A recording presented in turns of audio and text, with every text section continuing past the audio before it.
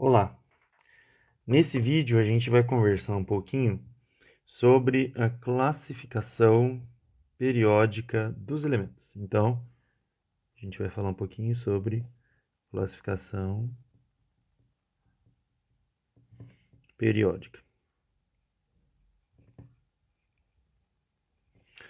Para que a gente possa conversar bem sobre classificação periódica, a gente precisa conhecer um pouco sobre o histórico da tabela periódica, né? Então, como ela foi feita, o desenvolvimento dela, né? As ideias que nos ajudaram a chegar na tabela periódica que a gente conhece hoje. Então agora a gente vai conversar um pouquinho sobre o histórico da tabela periódica.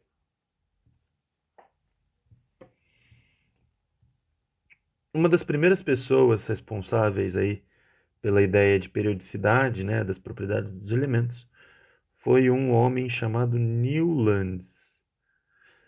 Ele foi o responsável por criar aí a chamada Lei das Oitavas.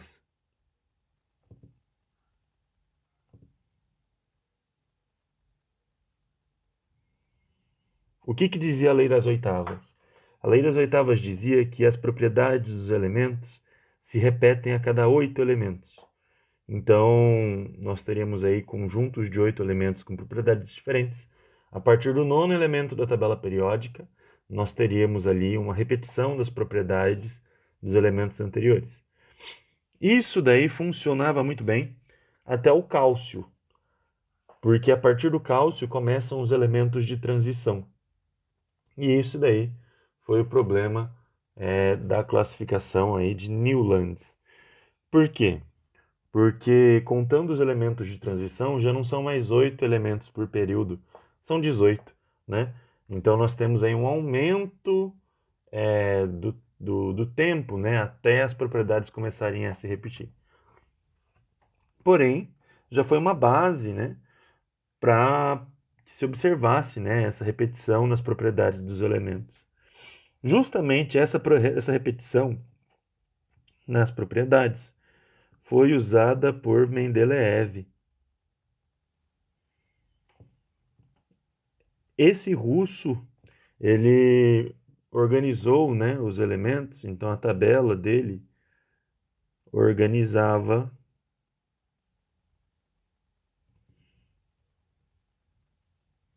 elementos por propriedade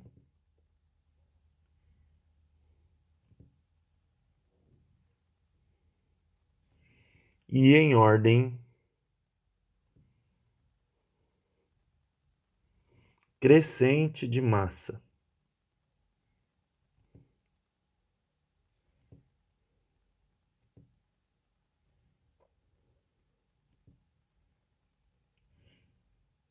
A tabela de Mendeleev, ela foi muito importante para o desenvolvimento da classificação periódica em si, porque essa tabela, ela permitiu que Mendeleev previsse elementos que ainda não tinham sido descobertos, inclusive prevendo as propriedades desses elementos. Porque ele percebeu que na tabela dele haviam buracos, né? E nesses buracos ele pensou que existissem elementos que ainda não foram descobertos. Então, Mendeleev, ele pôde prever, por exemplo, e aí tem um fato muito importante, Mendeleev, ele pôde prever a existência do galho e de suas propriedades, baseado aí nas propriedades do alumínio. Ou seja, o que ele tinha no momento era o alumínio. O alumínio já era um elemento que existia, né? Que já tinha sido conhecido, né, pelos químicos. O galho ainda não tinha sido conhecido. Mendeleev previu as propriedades do galho baseado nas propriedades do alumínio, porque eles ocupavam a mesma coluna e o galho estava embaixo do alumínio. Então ele pôde prever propriedades de elementos que ainda não tinham sido conhecidos pelos químicos, né? Eles existiam, mas ainda não tinham sido descobertos. E a tabela de Mendeleev foi quem possibilitou a previsão das propriedades desses elementos que ainda iriam ser descobertos aí posteriormente. Porém, um erro dele foi classificar esses elementos em ordem de massa. Mesmo erro aí, é, mesmo erro que caiu aí Dalton, né? E aí, de novo, não é um erro, na verdade, porque eles não conheciam a existência, né, dos átomos de elementos diferentes, mas com mesma massa, que é o que a gente chamou de isóbaros, e os átomos do mesmo elemento com massas diferentes, que é o que a gente chamou de isótopos. Então eles ainda não conheciam esses elementos, né, essas ocorrências de átomos de mesmo elemento, mas massas diferentes, ou átomos de elementos diferentes, mas mesma massa. Portanto, para eles era algo que fazia sentido classificar de acordo com a massa, né? E posteriormente, depois de Mendeleev, veio Moseley, que partiu aí da mesma base de Mendeleev, porém ele organizou a tabela em ordem crescente de número atômico.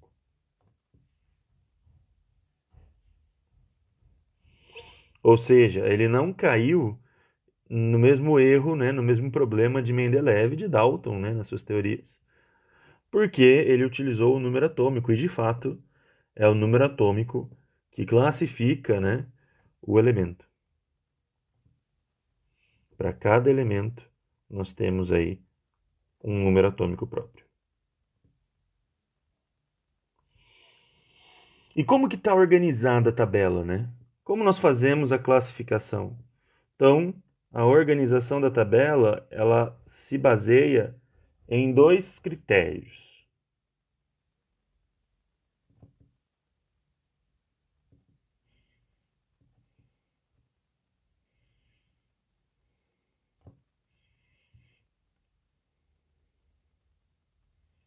O primeiro desses critérios é a chamada família.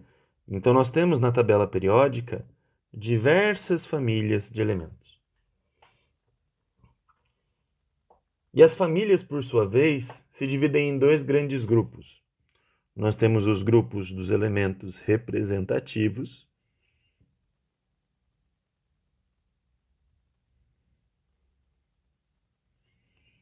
onde as famílias elas vão de 1A até 8A.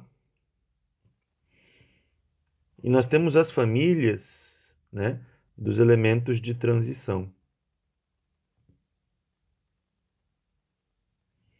que vão aí de 1B até 8B. E além das famílias, nós temos também os períodos. Os períodos, eles vão aí de 1 a 7. Então, basicamente, nós temos isso daqui. Essa daqui é a classificação periódica. As cores dela geralmente remetem às propriedades dos elementos. Então, nós temos uma primeira separação, que é a separação por propriedade. Nós temos os metais, que estão em verde, os ametais, que estão em roxo, e os gases nobres, que estão em azul. Isso daí é separado com base no que a gente vê. Então, os metais, eles são brilhantes, duros, né? Condutores de eletricidade.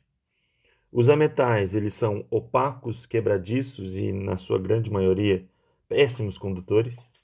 E os gases nobres, eles são gasosos e pouco reativos. Nós também podemos separar, né, com base no estado físico, a temperatura ambiente desses elementos. Então, os metais, com exceção do mercúrio, são todos sólidos. O mercúrio é líquido. Os elementos os ametais, desculpa, os ametais, em sua grande maioria, eles são sólidos e líquidos, com exceção do bromo, que é gasoso. E os gases nobres, o próprio nome já diz, são todos gasosos. E como que nós separamos em famílias isso daqui? Então, nós temos aqui esta primeira família,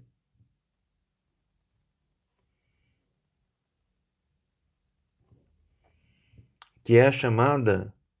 Opa, só uma correçãozinha aqui.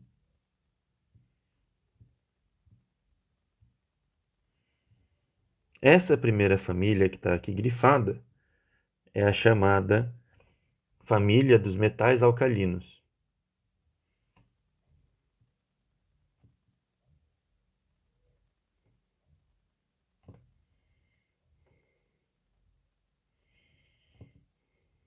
Esse nome, ele nos remete basicamente às características desses metais em formar bases, né? Perceba que o hidrogênio está aqui nessa coluna, mas ele, propriamente dito, não é um metal alcalino. Ele constitui a sua própria família. Então, o hidrogênio faz parte da família do hidrogênio. Por que isso acontece? Porque o hidrogênio ele é um elemento sem paralelo na tabela periódica. Ele é um elemento sozinho, de acordo com as propriedades que ele tem. Então, ele tem algumas propriedades que assemelham ele aos gases nobres, algumas propriedades que assemelham ele a halogênios, e algumas propriedades que assemelham ele aos gases nobres ali também. Então, no caso, eu acho que eu me enrolei aqui um pouquinho. Algumas propriedades que assemelham ele a metais alcalinos. Eu acho que eu falei algumas propriedades que assemelham a gases nobres duas vezes.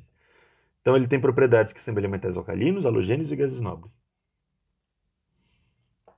Então, aqui, basicamente, os metais alcalinos, eles são aqueles metais e possuem características muito importantes, comuns entre si, onde a principal delas, por enquanto, é o número de elétrons na camada de valência.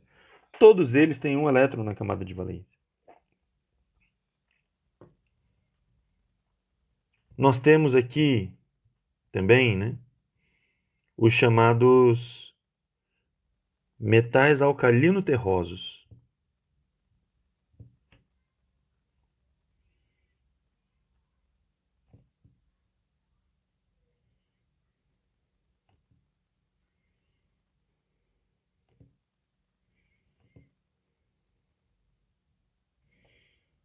Os metais alcalino-terrosos, eles formam bases também, assim como os metais alcalinos, mas a grande maioria deles é encontrada na forma de minerais, né? Por isso, alcalino-terrosos, né? Eles são encontrados, entre aspas, na Terra. E a característica eletrônica comum a todos eles é que todos eles têm 2 elétrons na camada de valência.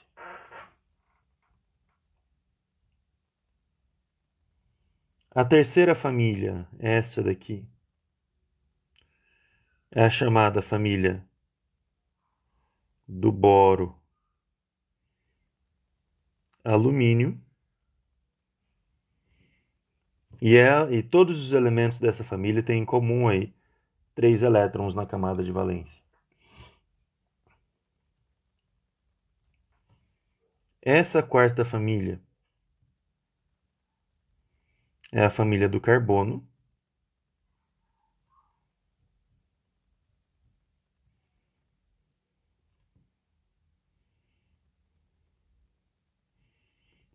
E todos esses elementos têm 4 elétrons na camada de valência.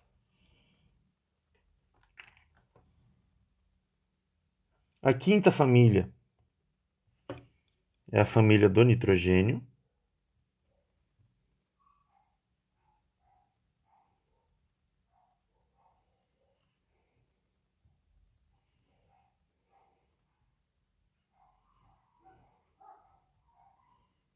E todos esses elementos têm aí 5 elétrons na camada de valência. A sexta família é a família dos calcogênios.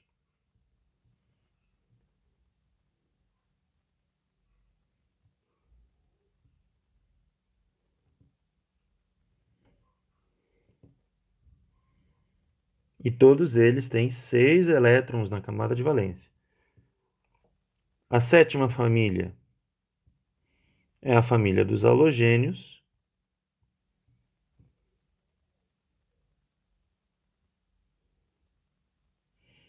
E todos esses elementos têm 7 elétrons na camada de valência.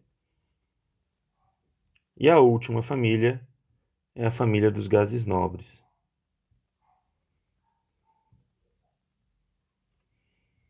Todos estes elementos têm aí 8 elétrons na camada de valência.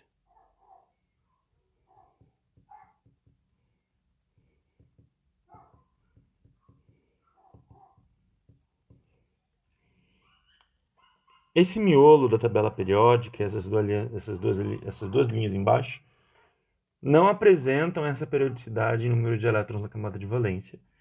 Então a gente não vai estudar eles assim tão profundamente. Mas a primeira classificação da tabela periódica se baseia nisso. Número de elétrons na camada de valência. E o hidrogênio? O hidrogênio, ele está na família 1A justamente porque ele tem um elétron na camada de valência. Porém, ele não faz parte dessa família. Ele só é agrupado junto, né? Na verdade, ele faz parte da família do hidrogênio.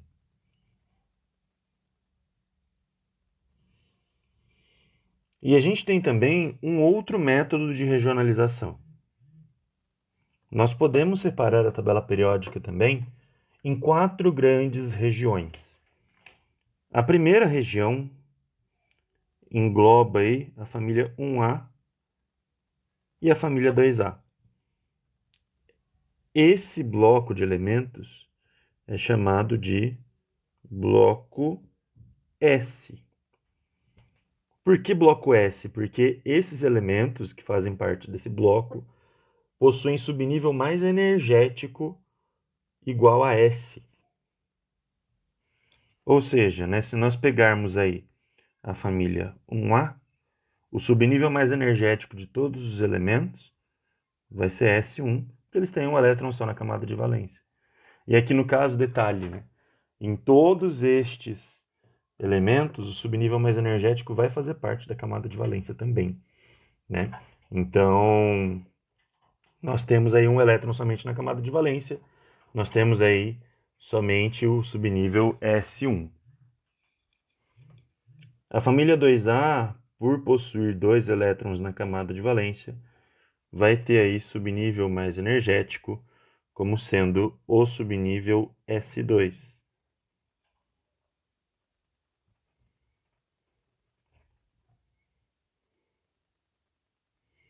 Nós temos também este outro bloco,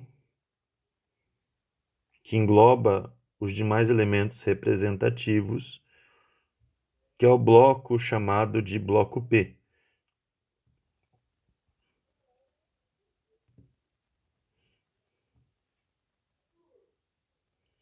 No bloco P, eles fazem parte desse bloco, justamente porque o subnível mais energético da distribuição eletrônica desses elementos é o subnível P.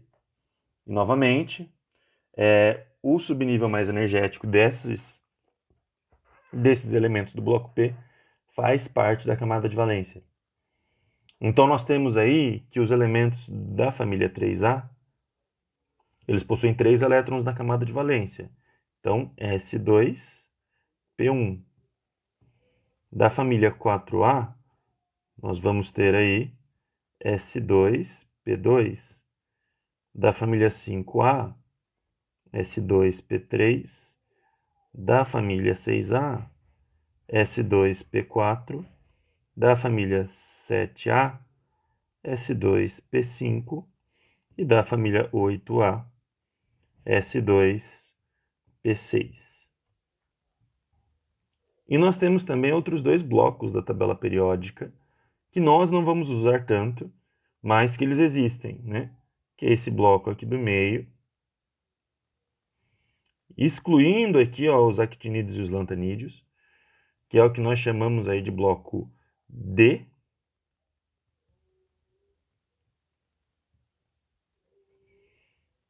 E a série dos lantanídeos e dos actinídeos, que nós chamamos aí de bloco F.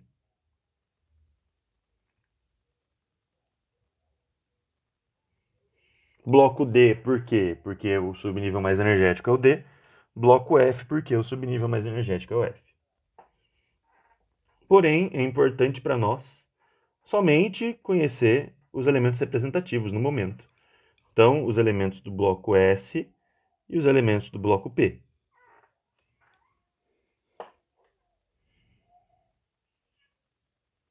Como que nós vamos utilizar isso daqui, né? Nós precisamos saber que duas características que correlacionam aí a atomística com a classificação periódica. Então aqui nós vamos ver aqui uma correlação com a atomística.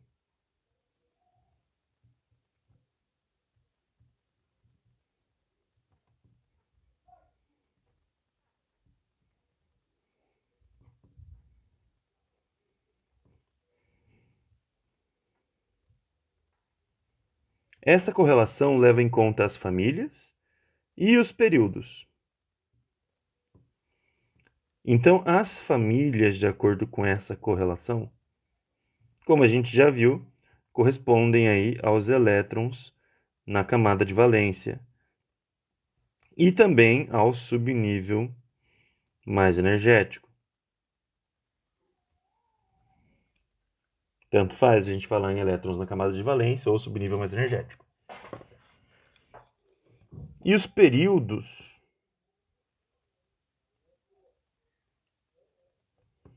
correspondem às camadas do elemento. Então, aí, no caso, corresponde à camada de valência. Vamos fazer aí um exemplo.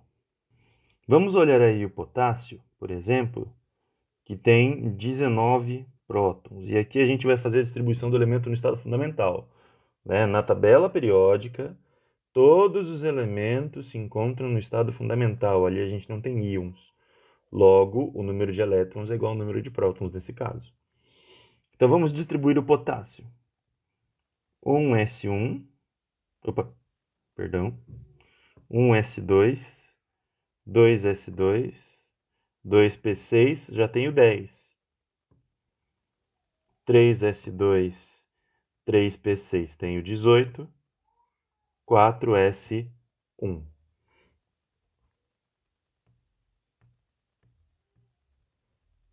Então, aqui no caso do potássio, né, a camada de valência ela é igual a 4s1.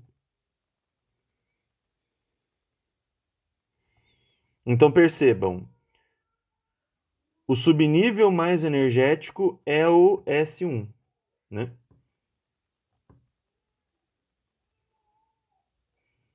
Logo, ele se encontra, o potássio, né, na família 1A. E a camada de valência do potássio é 4.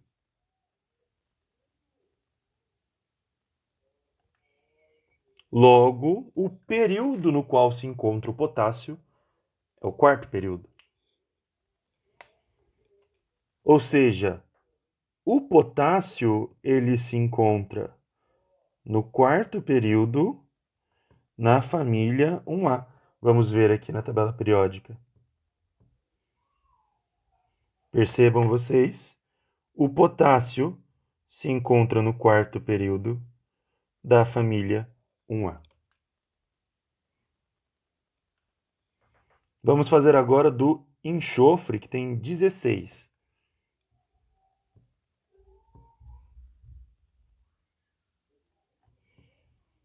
1s2, 2s2, 2p6, já são 10.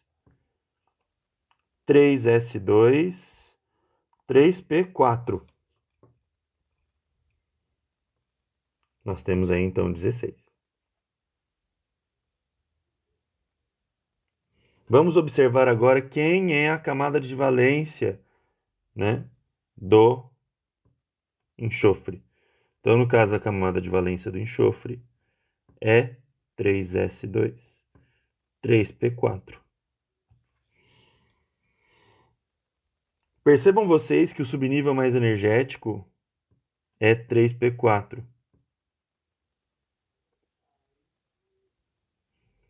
Ou seja, P4 corresponde aí à família 6A. E perceba aí também que a camada de valência é 3. Logo, o enxofre ele se encontra no terceiro período da família 6A.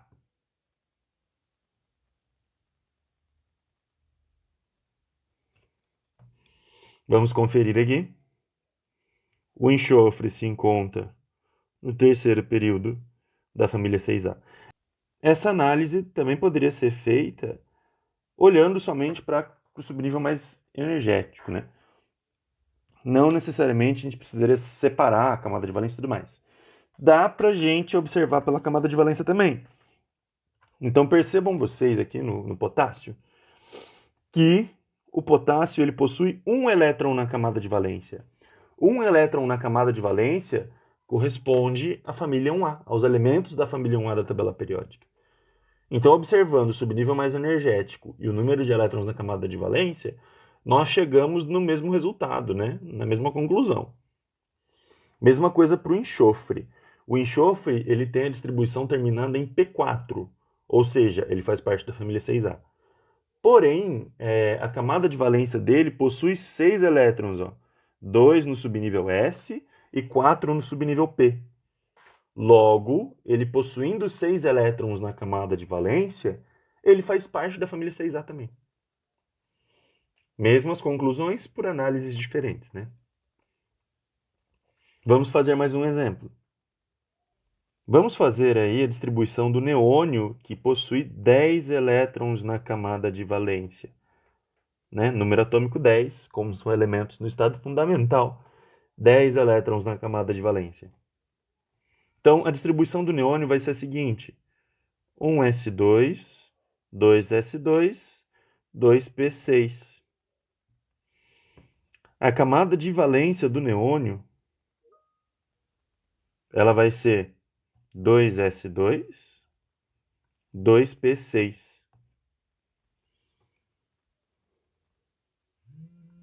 Portanto, nós temos aí, né, o seguinte: o subnível mais energético da distribuição do neônio é P6. Portanto, ele se encontra na família 8A. De novo, outra análise. A camada de valência do neônio possui 8 elétrons, 2 no subnível S e 6 no subnível P. Logo, ele se encontra na família 8A. E a camada de valência do neônio é 2. Portanto, o neônio ele se encontra na família 8A no segundo período. Vamos ver aqui. Neônio, família 8A, no segundo período.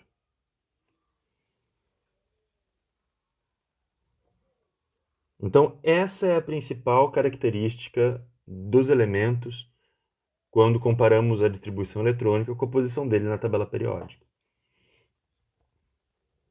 Como que isso daí costuma ser cobrado? As provas, elas dão aí a distribuição eletrônica do elemento, ao invés de falar qual elemento é. E vão falando, né? De acordo com a distribuição eletrônica, tal elemento é um halogênio, tal elemento é um calcogênio, tal elemento é um metal alcalino, né? Tal elemento é um gás nobre. Então, o que a gente precisa saber? Calcogênio possui um elétron na camada de valência, distribuição eletrônica termina em S1. Desculpa, metal alcalino apresenta um elétron na camada de valência, distribuição eletrônica terminada em S1. Alcalino terroso, 2 elétrons na camada de valência, distribuição eletrônica terminada em S2. Boro alumínio, 3 elétrons na camada de valência, distribuição eletrônica terminada em P1. Carbono, 4 elétrons na camada de valência, distribuição eletrônica terminada em P2. Nitrogênio, 5 elétrons na camada de valência, distribuição eletrônica terminada em P3.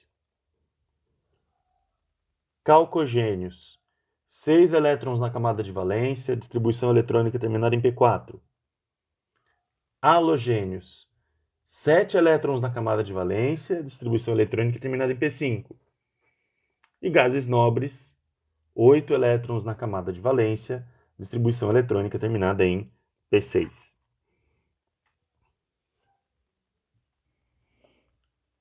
E agora, nós vamos ver aí outras propriedades que se repetem na tabela periódica também, além do número de elétrons na camada de valência.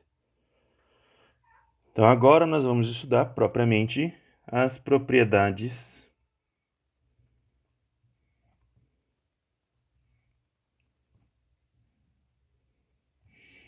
periódicas.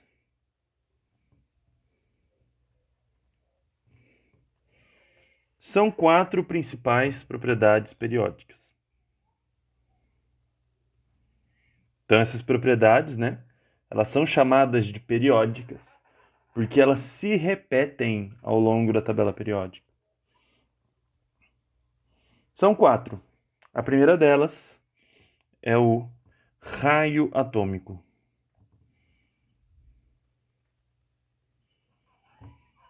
Então, o raio atômico é a medida, né?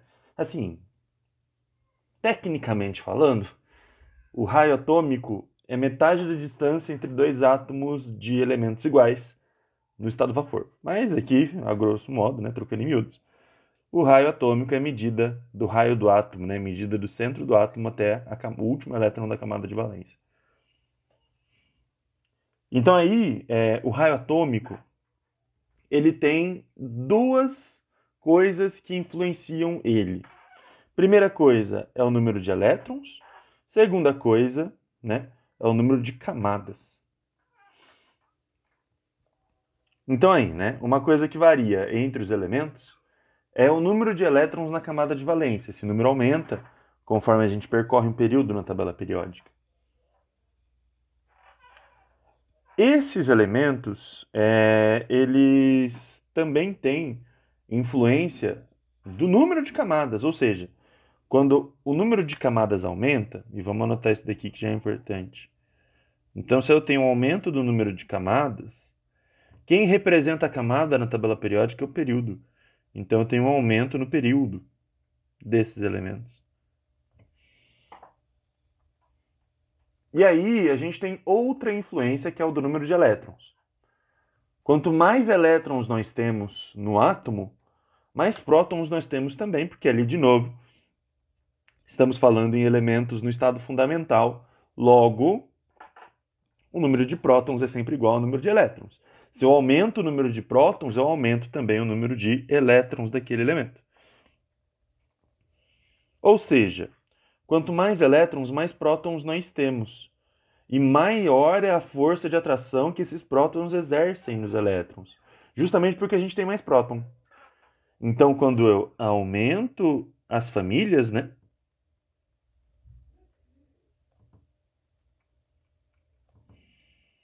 Eu diminuo o raio.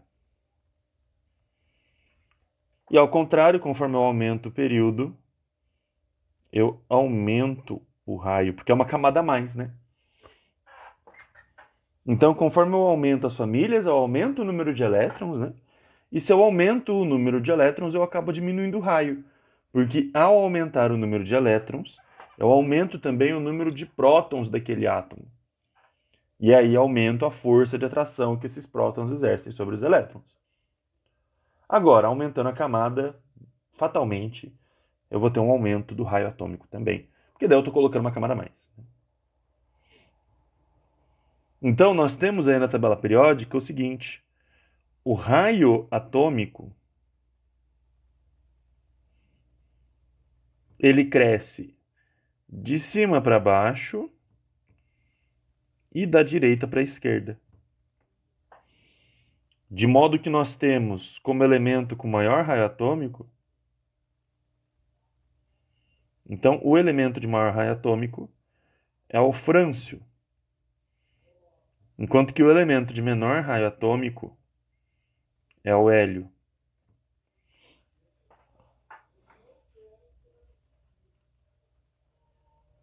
A segunda propriedade periódica que nós temos é a propriedade chamada de energia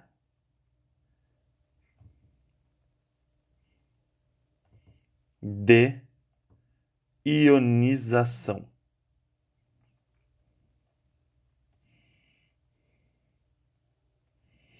A energia de ionização, ela corresponde à energia necessária para se retirar um elétron da camada de valência do elemento ali, do átomo que pertence a determinado elemento. O que a gente pode pensar? Quanto mais prótons ou quanto menos camadas, mais difícil é se retirar um elétron da camada de valência. Porque quanto mais prótons, maior é a força de atração que eles exercem sobre os elétrons. Então, mais energia eu preciso para retirar esse elétron da camada de valência. E quanto menos camadas, maior é a atração também. Porque os elétrons eles vão estar mais perto, né? A camada de valência vai estar mais próxima do núcleo. Logo, a gente conclui que na tabela a energia de ionização cresce de forma contrária ao raio atômico. Ou seja, o elemento com maior energia de ionização é o hélio e o elemento com menor energia de ionização é o frâncio.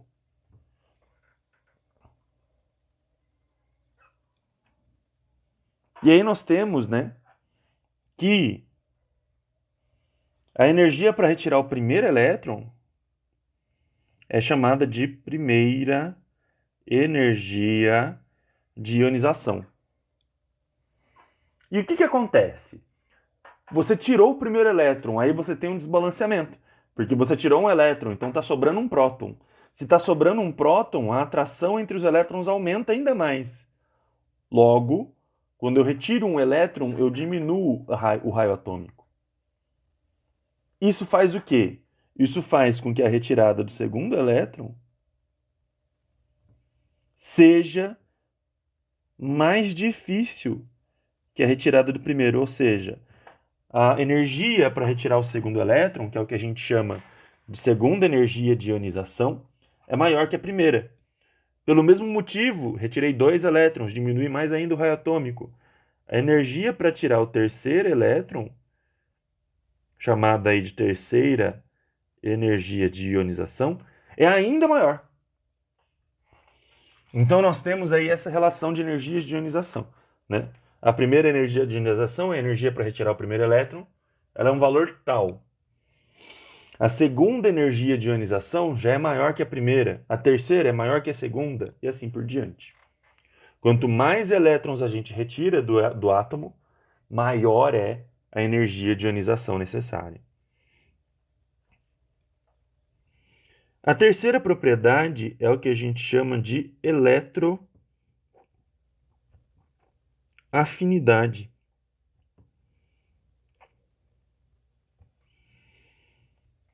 A eletroafinidade, ela é basicamente a medida do quanto aquele átomo gosta de elétrons, né? Afinidade, né, é gostar, é querer, né? Então, eletroafinidade é um gosto por elétrons que aquele elemento tem. Ora, e aqui vem uma conclusão importante dos átomos. Se o átomo tem uma alta energia de ionização, se é muito difícil tirar um elétron desse átomo, é porque ele gosta muito de elétron. Então, a eletroafinidade, ela é uma medida que cresce no mesmo sentido da energia de ionização. Quanto maior a energia necessária para se ionizar esse elemento, maior é a eletroafinidade que ele possui. Só que aqui no caso da eletroafinidade, a gente tem um detalhe. Gases nobres não possuem eletroafinidade. Porque gases nobres já são naturalmente estáveis, então eles não precisam gostar de elétrons para se estabilizar. Então nós temos aqui que o elemento com a menor eletroafinidade é o frâncio. E o elemento com maior eletroafinidade não é mais o hélio, como vinha sendo anteriormente, né, no caso da energia de ionização. Agora passa a ser o flúor. Nós temos também uma quarta propriedade, que é a eletronegatividade.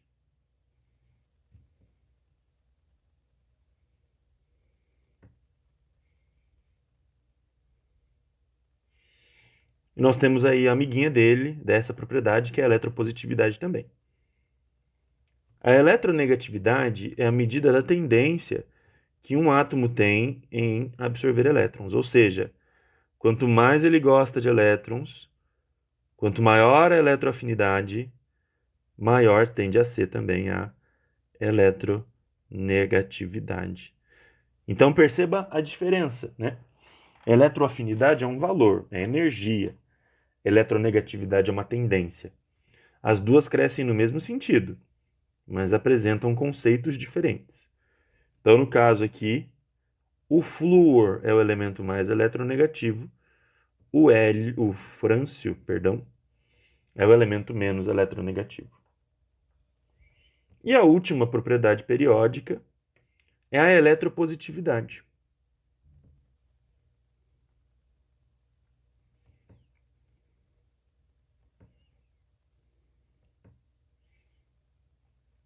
Então perceba, eletronegatividade é a tendência que um átomo tem em absorver um elétron.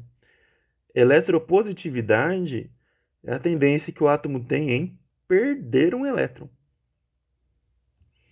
Então ela cresce no sentido contrário da eletronegatividade, consequentemente, no mesmo sentido do raio atômico. Então aí o elemento menos eletropositivo é o flúor, o elemento mais eletropositivo é o frâncio. A gente costuma dizer que eletronegatividade é um caráter ametálico, ou seja, é um caráter que só metais têm. Enquanto a eletropositividade é um caráter metálico, ou seja, é uma característica que só metais expressam com mais intensidade, né?